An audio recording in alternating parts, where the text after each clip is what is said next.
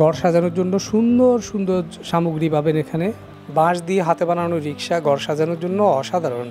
লোহার ফ্রেম দিয়ে তৈরি করা ভ্যান, কাঠের ফুলদানির সাথে আর্টিফিশিয়াল প্ল্যান্ট, প্লাস্টিক প্ল্যান্ট। পুতুল শিল্প বাংলাদেশের একটা ঐতিহ্য, এটা হারিয়ে যাওয়া শিল্প।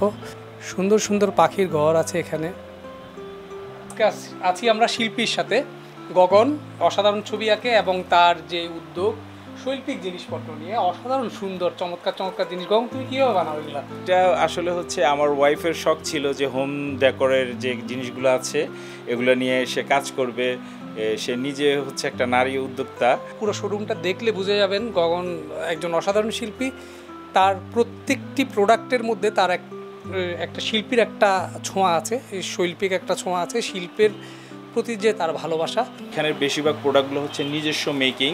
এই যেমন এখানে আমাদের এই যে প্লাস্টিক হ্যাঙ্গারগুলো আছে, নামাজের যেই স্ট্যান্ডগুলো আছে, প্লাস হচ্ছে যে ক্যান্ডেল স্ট্যান্ড আছে, তারপরে যে ব্যাম্বো টপ বা বার্সগুলো আছে, প্লাস এগুলো অনেক ধরনের কাজ আছে যেগুলো আমাদের সম্পূর্ণ নিজেদের করা, নিজেদের কারখানাতে করা। যেগুলো এমন না যে আপনি অ্যামাজনের মধ্যে গেলেন বা আপনি যে কোনো একটা ওয়েবসাইটে গেলেন আর পেয়ে যাবেন, বিষয়টা এমন না। অনেক প্রোডাক্ট আছে যেগুলো আপনি পাবেন না, কারণ এগুলো সম্পূর্ণ আমরা নিজেরাই মেকিং করি, ডিজাইন করি।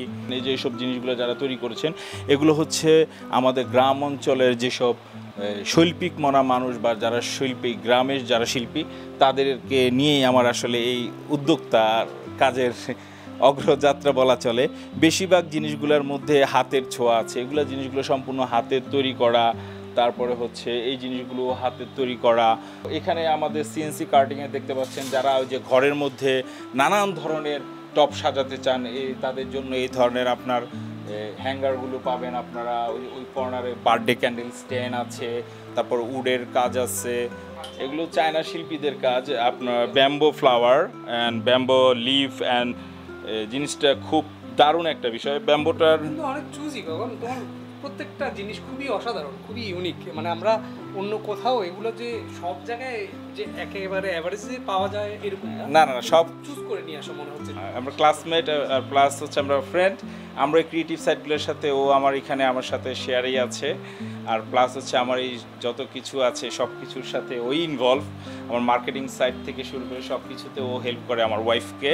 তো আমরা দেখতে পাচ্ছি গগন ছবি আঁকে, তো চমৎকার চমৎকার ছবি আঁকে গগন। চমৎকার পেইন্টিং গগনের আঁকা। গগনের সাথে এখানেই শেষ নয়, হয়তো গগনের সাথে আমাদের আরও গল্প হবে সামনে। যে আমরা 1 লাখ 1.5 লাখ টাকা খরচ করে আমাদের মোবাইল সেট কিনছি বা ট্যাব কিনছি, ল্যাপটপ কিনছি, ঘরের অনেক জিনিস কিনছি, কিন্তু আমরা দেখা যায় 50,000 20,000 টাকা খরচ করে একটা উদ্যোক্তা হব, আমরা ভয় পাচ্ছি যে টাকাটা যদি জলে চলে যায়, লসে পড়ে যায়। কিন্তু মোবাইলটা কেনার সময় কিন্তু ভাবি না, বলি শখের জায়গা। আর ক্যারিয়ারের সময় আমরা অনেক কিছু চিন্তা করি, আসলে এটা করা উচিত না। রিস্ক ইজ গেম আমি মনে করি, আর গেমের মধ্যেই হচ্ছে সফলতা। কিন্তু সবার আগে থাকতে হবে যে আমি কি করতে চাচ্ছি এবং আমার দ্বারা কি পসিবল, আমি কি জিনিসটা করা উচিত। আমরা সবাই স্বাধীনতা চাই, কিন্তু আমরা স্বাধীনতার পেছনে দেখা যাইতেছে যে আমরা আসলে ভয় জিনিসটা কাজ করে।